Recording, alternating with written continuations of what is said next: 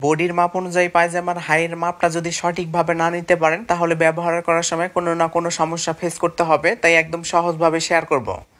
তো দেখুন এখানে প্রথমে আমাদেরকে 4টা পার্ট করে নিতে হবে। এরপরে কিন্তু আমাদেরকে এই সাইডে একটা মার্জিন করে নিতে হবে।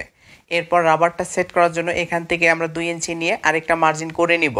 তো এভাবে করে কিন্তু আপনারা রাবারটা নেওয়ার জন্য 2 ইঞ্চি নেওয়ার পরে নিচের মার্জিন থেকে এখন কিন্তু পায়জামার লম্বাটা নিতে হবে। তো লম্বার মাপটা যখন নেওয়া হবে এখানে 2.5 থেকে 3 ইঞ্চি নিচে ভাঙা দেওয়ার জন্য আপনারা নিয়ে নেবেন, যেহেতু প্যান্ট সিস্টেম সালোয়ার। এরপরে কিন্তু বন্ধ সাইড থেকে এখানে আমাদেরকে সবার জন্য 2.5 ইঞ্চি নিতে হবে। এরপর এই মার্জিন থেকে এখন পায়ের মুখের মাপটা আমাদেরকে নিতে হবে। এরপরে এক্সট্রা কাপড় নিয়ে নেবেন।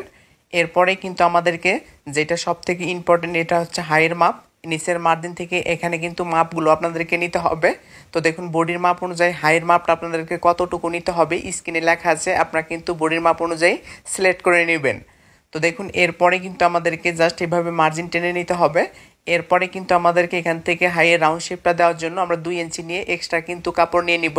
তো এভাবে করে এক্সট্রা নিয়ে তারপরে কিন্তু আপনারা স্কেলের সাহায্যে এভাবে সুন্দর করে শেপ দিয়ে নেবেন। এরপরে কিন্তু আমাদেরকে শেপ কাটটা জাস্ট এইভাবে বসানোর পরে আমরা কিন্তু শেপ দিয়ে নিব। এটা হচ্ছে প্যান্ট সিস্টেম সালোয়ার তৈরি করা সহজ একটা নিয়ম। এই নিয়মগুলো ফলো করলে আপনারা যে কোনো বডির জন্য কিন্তু প্যান্ট সিস্টেম সালোয়ার তৈরি করতে পারবেন।